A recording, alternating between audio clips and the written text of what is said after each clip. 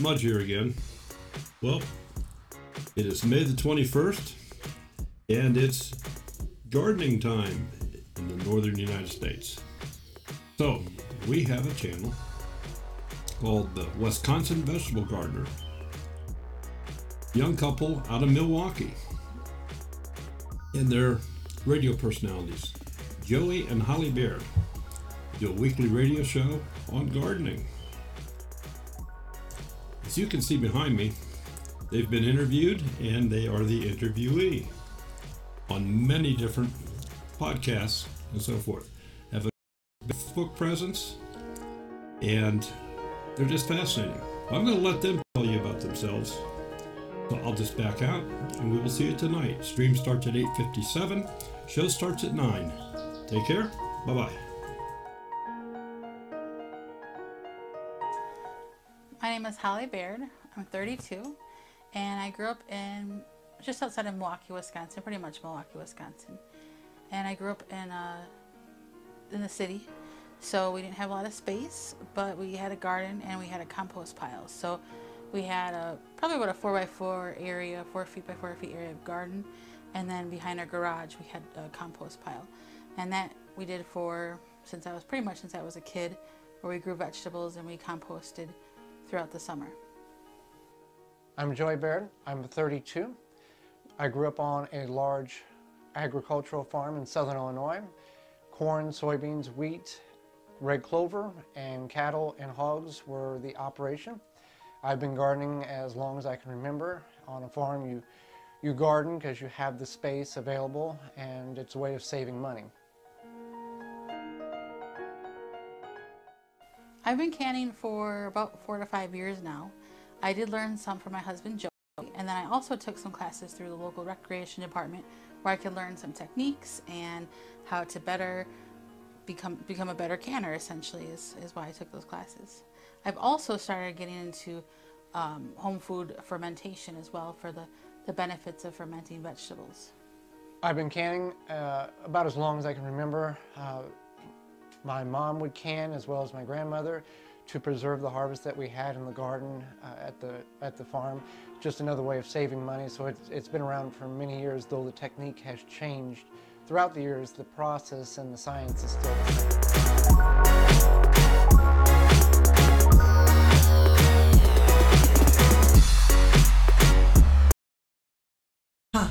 I was ready this time.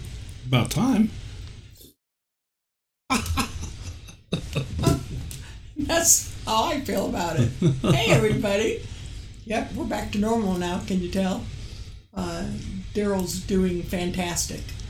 He's, let's see, he got out last Wednesday afternoon. He went right to Home Depot and he returned something. From there, we did some other schlepping around town. Thursday, he got on his zero-turn mower and mowed the grass on our property. Then he went over to the church and did the front part of the church property. Then Saturday sometime, finished the rest of the church. Friday afternoon, his buddy came up, Stedhomer, and they put on a new door, storm door for the back that sort of broke. Yeah, and now he was outside mowing this morning, so I told my grandson, go take over. He's back to normal. Exactly. Praise God. Exactly. I totally agree. Yeah, this was all in his hands.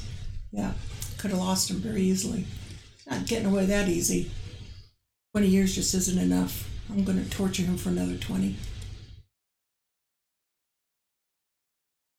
You know you love it. I'm not saying a word. Well, our guests tonight are the Wisconsin vegetable gardeners. Geesh. I knew I was going to screw the name up. I fixed it real fast. They have a radio show. Man, you need to listen to these shows. Awesome information. Great couple. And I'm glad they agreed to be on our live stream. Suggest highly that you go to their channel and subscribe. There's some great information there. If one of our mods could put their URL up online, sure would appreciate it. So yeah, and their website link. And their website link, that's Absolutely. True. They have a website link, yes. and they are also on Facebook. I search for somebody, I find them. Well, they're sitting very patiently back here in the green room. Well, let them come out from the green room. Want them to come out? Sure. All right. Sick the people on them. Okay, folks. You are on the air. Well, hello. Hello. Thank you for having us. Yeah, thank you for having us. Well, thank you for joining us. Oh, yes. Yeah. So you have something, at least wise in our eyes, is it's a uniquely different format than what we typically see in the YouTube world. It's almost like YouTube was a second thing for you guys, if I'm not mistaken. You kind of started off in Facebook with some videos, right? Yep. So we started off with a Facebook page, I think in 2009, and then in 2000, near the end of 2010, we had got this video camera I wanted at work, and Joy said, "What are we going to do with the video camera?" And I said, "We're going to make gardening videos." And then that's what happened. We started making gardening videos, and we made it kind of a formatted thing. Right, like a PBS style format. Yeah, like a PBS style format. And then in 2015? No. 2015, we attempted the radio program Yeah, so for 2016. we attempted the radio program for 2016, and we failed, but we learned a lot during our failure. And then in 2016, we learned from our failure in 2015, and we were able to raise sponsorship. And because if we just didn't go into the station, they said, okay, come on in, we'll write you an hourly wage, or you'll do it for free. We had to acquire the dollars in order to pay for the airtime through the sponsors. So that was the big thing. And we learned very quickly that you have to be able to handle a lot of no's in order to get where you want to be. Because we've got a lot. That first year, we reached out to 385 companies to get 18 sponsors to agree to be part of the program. So, in essence, you kind of had to pay your own way into the radio. Yes. Right. Yeah, we had to come up with the sponsorship and the funding so that we would pay for the airtime. But the advantage to that with the station we're on, the program director said, yeah, here's what it will cost. You bring the check. You have complete control over the 60 minutes you're on the air. As long as you follow FCC law, we don't care. So that was, we wanted full control. We didn't want a station telling us, here's what you're going to do. Here's how you're going to do it. Here's when you're going to go to break. We wanted to have control if we were going to bring the kind of dollars that we needed to be on the air. But this was simply just a stepping stone, if you would, isn't it? I mean, you're now doing public speaking in schools, at meetings. You're even doing remote conferences, if I read correctly. Yeah, so we've done libraries, schools, like master gardener meetings. Expos, yeah. So we've done a number of. And then this year, I've gone to health and wellness program at local courthouse. They've hired us to come speak there. So this year we have about 37 talks we have this year compared to past years when we had mid-20s. That's crazy. B Lady April is asking if you are on that huge radio broadcast on the net that homesteaders are on. No, we're not on the homesteading network. No, we were not part of that program. All Sorts had a question. She wants to know, how the heck do I get rid of invasive Jerusalem artichokes? It's taking over my allotment garden. Well, to some people, an invasive plant that produces food is not a bad thing. But yeah, the Jerusalem artichokes, which for those who are not familiar, are a root tuber that is a perennial that in some places, places, fields or whatever, they come up naturally and people just look at them as a weed. They are invasive because you can't get all the tubers out of it. There are some ways, if you took your whole allotment and sifted the soil to get all the tubers out of it. The other thing you could do is once take black plastic and lay over that particular area and let for a year or 2 years and let that black plastic, a thick black plastic, to radiate the soil to basically burn the root tubers out. You can also use a chemical application to destroy the plants in that aspect. Do you have any suggestions on getting rid of those? That would be my suggestions. Yeah, organic would be smothering them out with a black plastic or rubber mat You can try to dig them up too, and make sure you dig them all up first, and then smother them out. Yeah, smother them out. So, in acquiring these people to support you for your radio show, how many advertisers do you currently have in pocket? 28 this year on the radio side, 3 on the video side, and 1 on the speaking side. We have a sponsor that sponsors our talks that we go. Wonderful. Can you share with us those sponsors? Yeah. We look at. Let's see. Let's go down the list. We've got the speaking advertiser is Nesco, the dehydrating and slow cooker company. Our video sponsors are Sustain, All Natural Fertilizer. Yeah, All Natural Fertilizer. MIGardener.com. And then what's the third? Happy Leaf LED. Happy Leaf LED. And then we have the 28 for the radio. I don't even want to pull up on your phone. I can pull it up. We have a number of sponsors that. Let's go this way. Well, we've got out of the 28 sponsors, we have literally 3 or 4 that are locally based. And the nice thing about not having a locally based companies, we like the local base because we can go and visit their establishments and talk to their patrons. But when people listen to our podcast, and we have listeners all over the United States, we pull up demographics every day just to see where people are listening from. Canada, Mexico, Europe. They can go to their computer, click a couple of buttons, and have that product shipped to their doorstep. And that's what we like because of the advantages of being on the internet.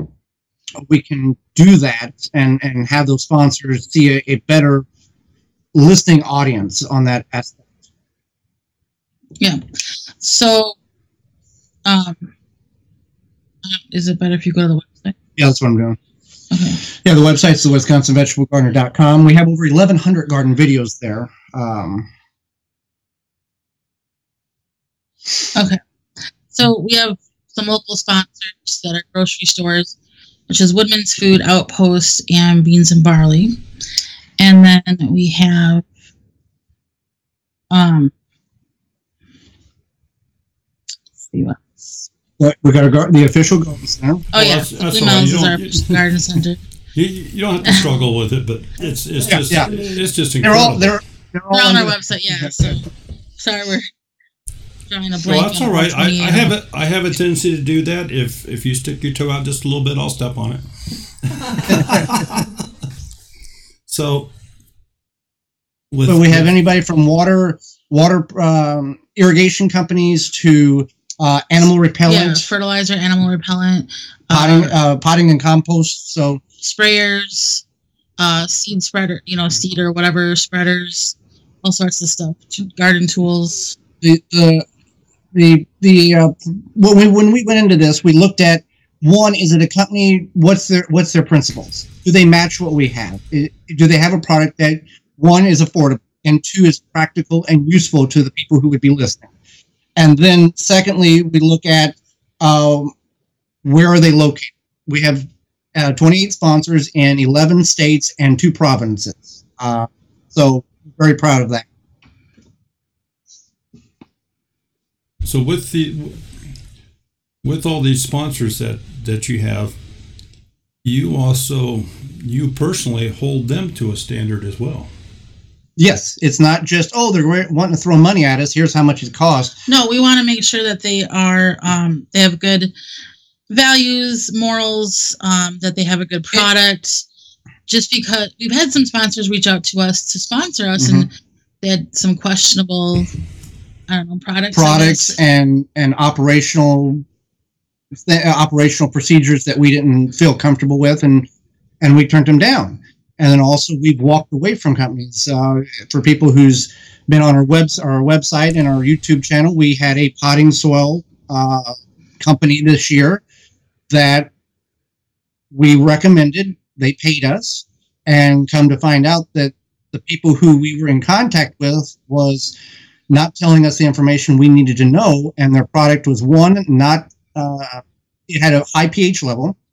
And I talked to the upper level management, and they said, well, they're still trying to get the batches right in the Midwest distribution center, but we still have to sell it because we need to move this product.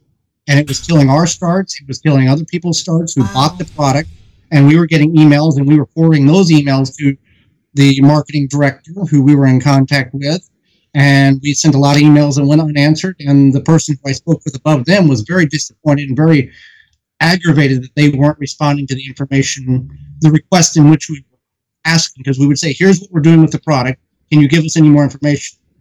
Never got answered. Yeah, they basically kind of just ignored us. Wow. And that was frustrating in itself. Yeah. I have another question here. Carrie Hyatt, do you know how to grow yucca by seeds? We've never grown yucca by seeds. We've grown by the rhizomes. So if you want to grow by the rhizomes, you would have to locate some rhizomes. I don't know how you would grow by seed. From what I understand, it takes 6 months before the plant will flower. That's the indication. And then I believe the flower has some type of seed in it. I haven't looked into this too much. But here in Wisconsin, we can grow it, but it usually grows about 4 to 5 months. And then it will develop enough tubers. It's 4 to 6 pounds per plant is what we average right now.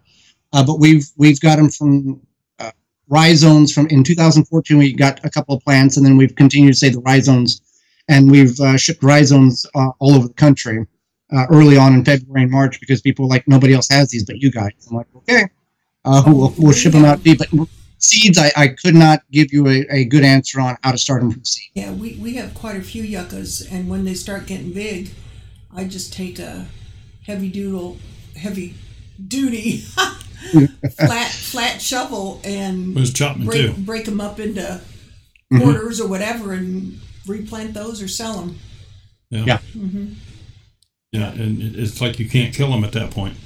Oh, Carrie says mine are flowering. Neighbor wants some plants.